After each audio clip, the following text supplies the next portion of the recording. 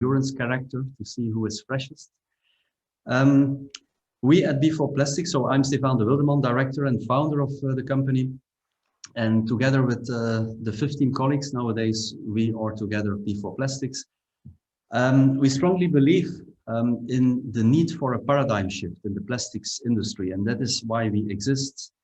And in our vision, there is a lot to redesign in the plastics universe, a new universe that is waiting for us.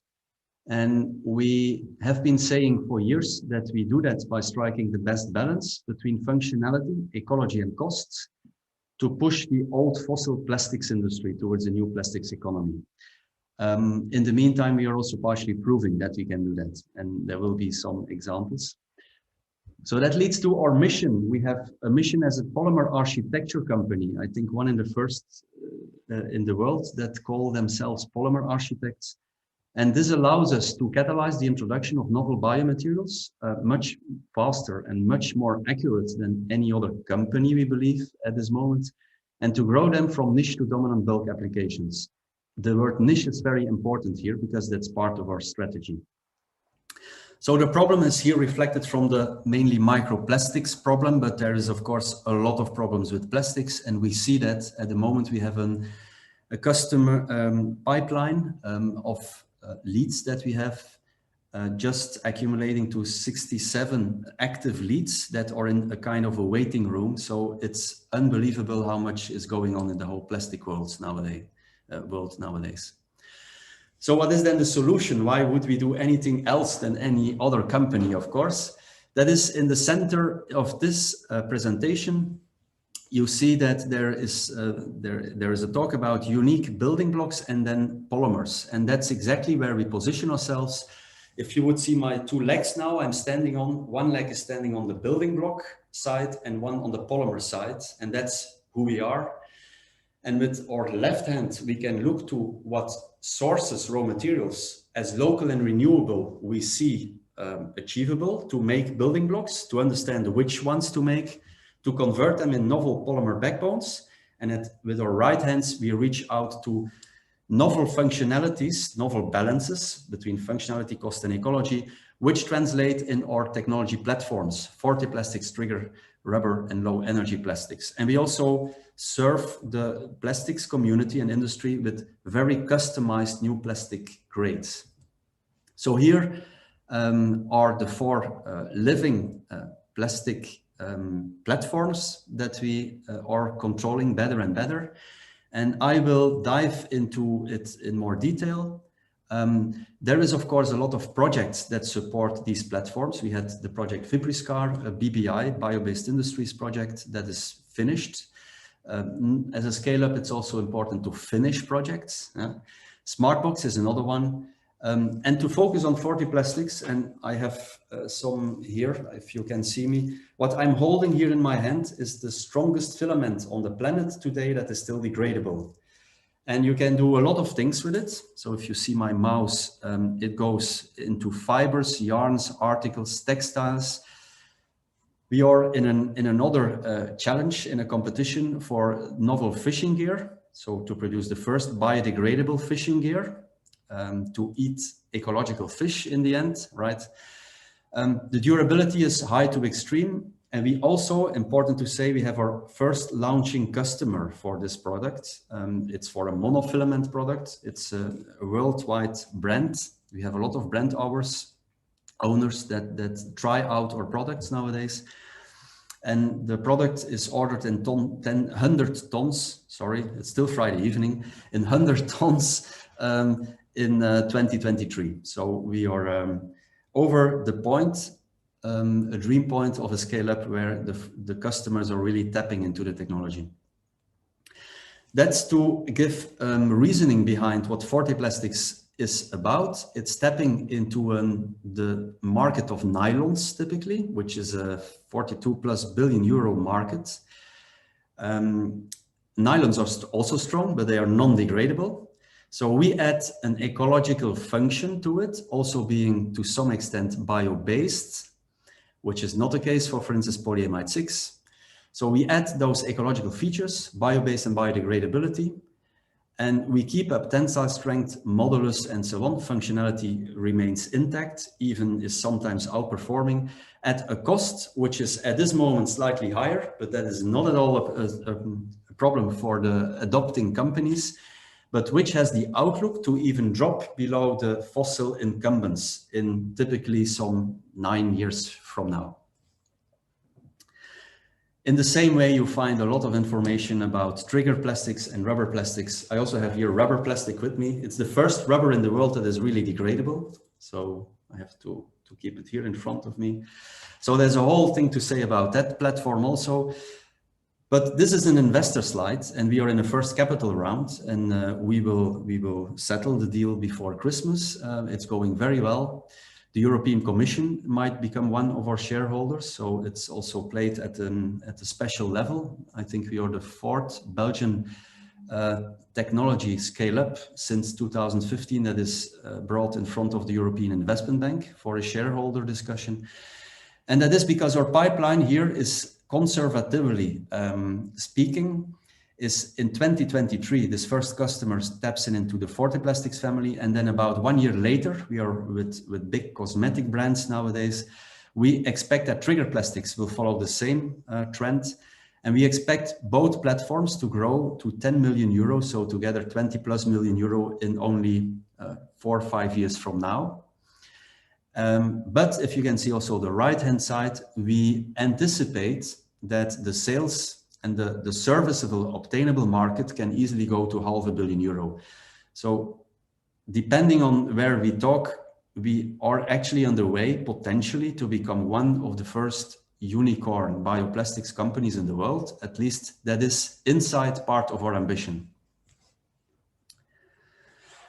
That's also reflected in the fact that we have been growing through the pandemic, right? Factor 15 in the last 3 years. So we are in some more award sessions nowadays with those figures. So what makes us a bit unique, this polymer architecture character goes through 3 phases mainly. First, we have a screen phase, and in that phase we go to 1 kilogram of prototyping the material of wish for the customer, up to 1 kilogram in our own lab. In our own labs, we have 2 of them now. And to put it as such, we sell the first kilogram or the first 100 gram more expensive than the gold kilogram price. And that's because a lot of know-how goes in there, and the customer sometimes is given exclusivity, right? And then if that's checked off, mostly in screening phase 1A and 1B, if that checked off, we have our own piloting infrastructure also. And there we make multi-kilograms. I have, for instance, here B4Plastics. Since today, it's another milestone in a very nice granulate form. Maybe you cannot see it, it doesn't matter, but every week or every day, there is new results here to be happy about. That's why we need some happy hours from time to time. And I skipped the one of this Friday evening.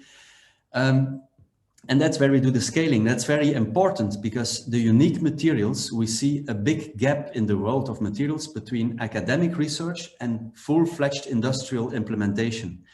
And by the scaling offering, we are closing that gap.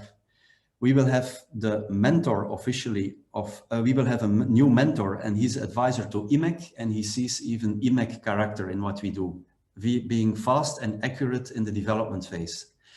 That doesn't take away that we have an ambition, and more than an ambition, we have designs of the first specialty bioplastics manufacturing site, which we will locate here on my right-hand hand. You cannot see it because the background is not okay, but there's a green field, and we will start the building of the production hall and a kind of a headquarter for B4Plastics next March. That's to have the full supply phase there. So that goes to 10 kiloton scale if you consider the whole plant that we have in mind. If we compare the footprint, yeah, versus regular plastic, there's the waste aspect that's treated, but in terms of production, how does that work? Yeah, we hold some world records in locality, and that's not yet a common understanding in the plastic world, but we are working on lines. I can reveal one. We are busy with converting waste French or Belgian fried oil into novel plastics. And that means that The oil as such is already bio-based, but also the logistics of it are very, very local. We will literally make plastics with resources that are only 100 or even 10 kilometers away from the destination where they will be marketed again. So that's a totally different way of looking at plastic materials, not on a global scale anymore, but much more locally. And extra to the fact that the carbon in most of our plastics goes up to 60, 80, 100% renewability, which of course is a big contributor to a better footprint. Also, the processes we use sometimes are lower in energy. So our low energy plastics platform focuses on materials that you can make even at room temperature. And we have a few customers for that. The request is out in the industry to also decrease production temperature, production pressure to ambient conditions. So we are also, with our polymer architecture, it's not about which house we build, but also the way we build it, right? So the locality, the renewability, and the low energy processing makes it together really out-competing profile in carbon footprint. Stefan, I have a question. A lot of bio-based plastics today are to a certain level degradable, but sometimes still need certain circumstances or be composted on an industrial level. Can I throw your plastic on my compost heap? Yes, for sure. We have plastics that can even degrade within minutes and seconds. And we are the first company in the world that has 2 FTEs already in our team of 15. On a daily basis, we study the relation between natural microorganisms in different habitats and our different plastic platforms. And we are unique in that at this moment.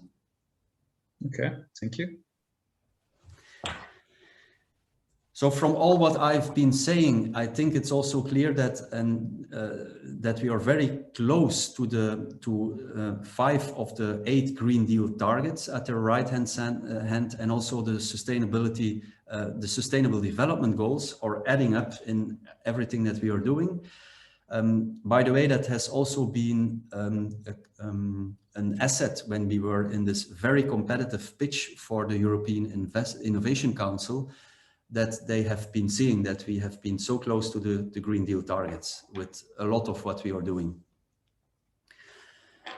We have a winning team so far, but let's be honest, I don't think that for the ambition of the company, this team is the final team to make it all happen. So one of our challenges is the understanding how to transition this team into the next stage, because in the coming years, we will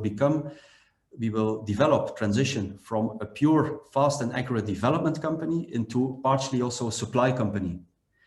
And that means at the left-hand side of this slide, where we have 3 dedicated people already in place, we need to build and we need to understand the relationship also with sales and with R&D. We have been growing from an R&D axis, of course.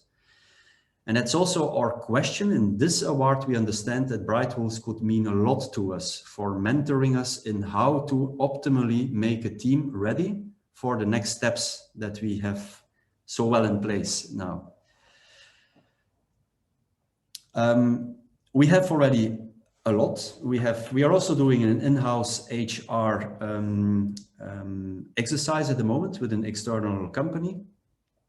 And what we have is depicted there. There is an exceptionally high vision and passion apparently in the company, which has been appeared. We have experts that solve problems of big brands that are working for decades already on the problem, literally. That's what they tell us. So the expertise is okay, very okay. The team spirit is very good, atmosphere, dynamics. Also, the people have a lot of freedom because we work on longer term projects, typically 1, 2, 3, 4 years time. This material, which will be in the trimming line business, by the way, Bosmaier, it's a trimming line to cut your grass, this one.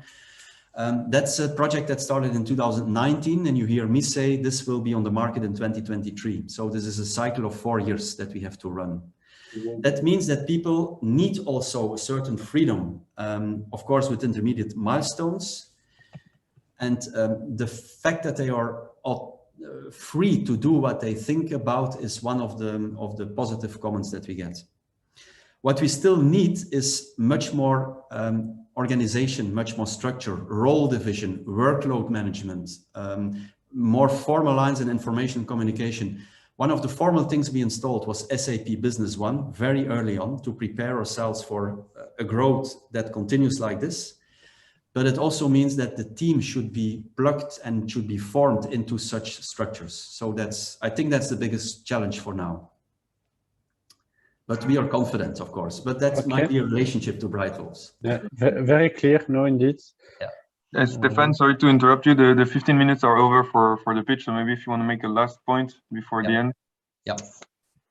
Yes, just this is our location and this is our website. There's a lot of information there. And that was also the pitch.